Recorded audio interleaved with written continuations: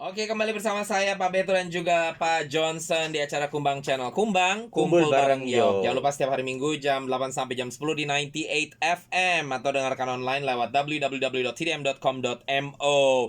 Kita ada di akhir acara dan kita pakai waktu seluruhnya untuk bincang-bincang ya Pak Johnson. Ya. Mengingat juga lagunya Malik The Essential sudah habis. Jadi nanti saya akan pasangkan tetap lagu terakhir untuk malam ini, bukan Malik The Essential tapi lagu kesukaannya Pak Johnson. Pasti tahu Siapa dong. tuh? Lagu paling kesukaan Pak Johnson apa kalau lagu Indonesia yang dipasang di radio show ini?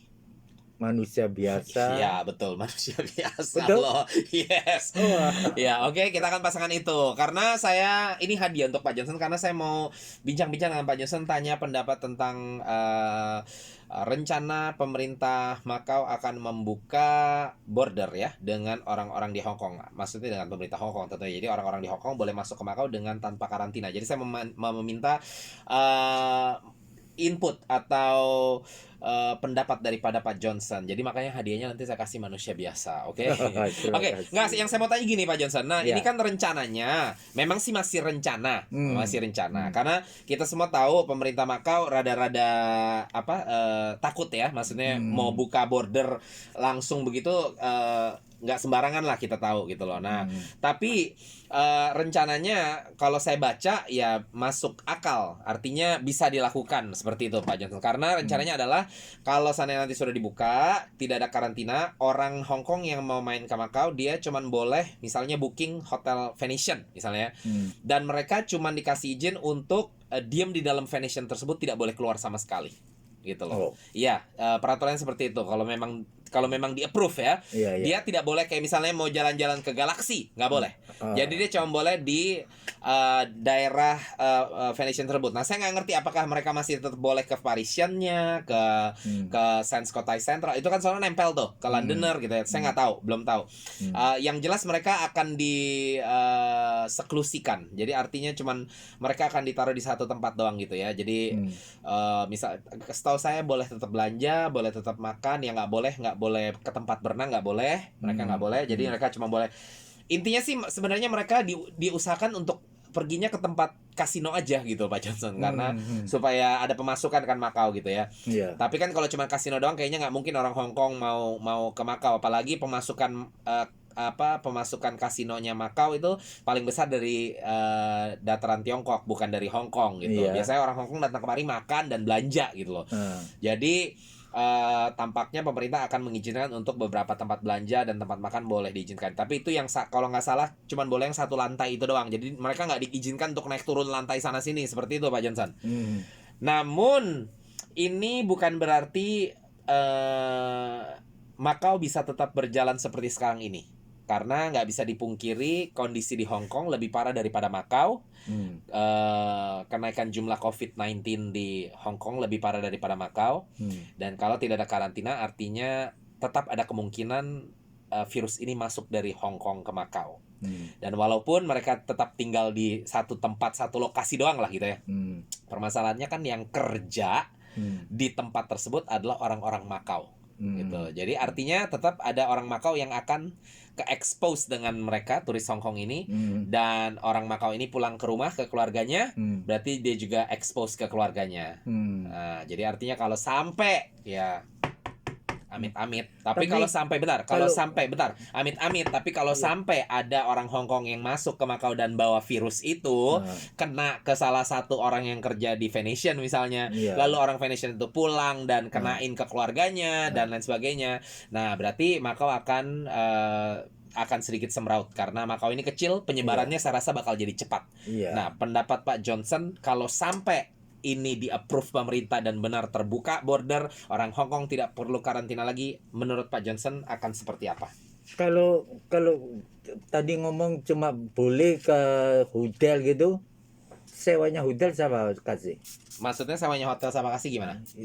Maksudnya yang datang Makau itu sewa hotel sendiri. Iya, mereka harus book online. Iya, jadi kalau misalnya keluarga atau teman mau kunjungi datang Makau itu tidak bisa loh. Maksudnya keluarga atau teman mau misalnya adikku boleh, tapi dia harus dikarantina. Ngerti ya? Kalau seandainya kan juga dia harus tinggal di Benizen gitu misalnya. enggak. Jadi gini, Pak Johnson, ini hanya untuk orang-orang yang mau ke Makau tapi tidak mau dikarantina. Ngerti ya? Kan Oh. selama ini Hong Kong terbuka. Selama ini Oh. Hong Kong terbuka. Oh, Hong iya. Kong boleh masuk kemari tapi harus dikarantina. Gitu loh. Tapi orang nggak mau datang kemari. Jadi mereka bilang kalau udah nggak ada karantina baru mereka mau datang. Oh, oke, Makanya karena- pemerintah pikirkan gimana caranya nggak ada karantina. Mungkin ya di untuk datang ke special hotel gitu. Iya. Sebagai karantina juga gitu. Tapi Enggak, itu nggak karantina jadinya Pak Johnson. tempatnya Gini, besar bisa keluar, bisa Jadi beda yang waktu itu adik Pak Johnson datang itu di karantina. Iya, nggak Diam boleh di dalam keluar, kamar. iya, Ya, nggak tapi enaknya itu Nah. untungnya dengan karantina adalah setelah kelar karantina boleh keluar bebas. Iya, Mau ketemu keluarga bebas. Iya. Tapi kalau yang ini yang dibicarakan pemerintah adalah datang ke Makau tidak karantina sama sekali, tapi tidak boleh keluar dari dari area daerah tersebut. area itu. Nah, tapi ya seperti tadi saya ngomong dan Pak Johnson punya pertanyaan, saya jawab sekarang. Berarti kalau misalnya Pak Johnson mau ketemuin teman kah atau keluarga kah Bisa yang kan? bisa Pergi ke bisa dong. Iya. Nah, cuman dia yang tidak boleh keluar kan? Iya, Nah, iya, permasalahannya itu. Iya. Apakah itu tetap akan membahayakan orang Bahaya lokal? loh. Nah, Iya, tetap ada risikonya. iya. Nah, kalau Pak Johnson deh, menurut Pak Johnson sendiri, ya nggak apa-apa lah, biar ada resiko, tapi tetaplah harus buka border. apa lebih baik dipikirkan lagi atau gimana menurut Pak Johnson? Kalau begitu lebih baik di karantina loh. Lebih baik karantina ya? Iya. Soalnya kesian Pak Johnson. Memang kalau karantina sekarang kan sudah bukan 14 hari, 21 hari. Ya kan? Masalahnya memang serba salah Pak Johnson. Kalau kita nggak buka, saya secara pribadi, kalau ini terjadi tahun lalu saya pasti anti. Karena aduh, Makau ini aman segalanya gini-gini. Karena waktu saya baru nyampe, saya bandingkannya dengan Indonesia yang parah ya. Iya. Jadi saya bilang Makau ini aman segalanya. Tapi sekarang sudah setahun, tepat setahun loh. Saya keluar dari karantina tanggal 5 Juli ya. Dan 5 Juli kemarin jadi sudah tepat setahun. Iya. Dan saya perhatikan bisnis-bisnis di Makau, hotel-hotel jatuh harganya jadi murah segala macam. Ini cuman masalah waktu nunggu Makau hancur perekonomiannya. Gitu loh. Jadi itulah sebabnya kalau tahun lalu saya anti untuk buka border, ya sekarang saya harus berpikir kembali. Kalau nggak buka, ya kita juga mati nggak makan Pak Johnson.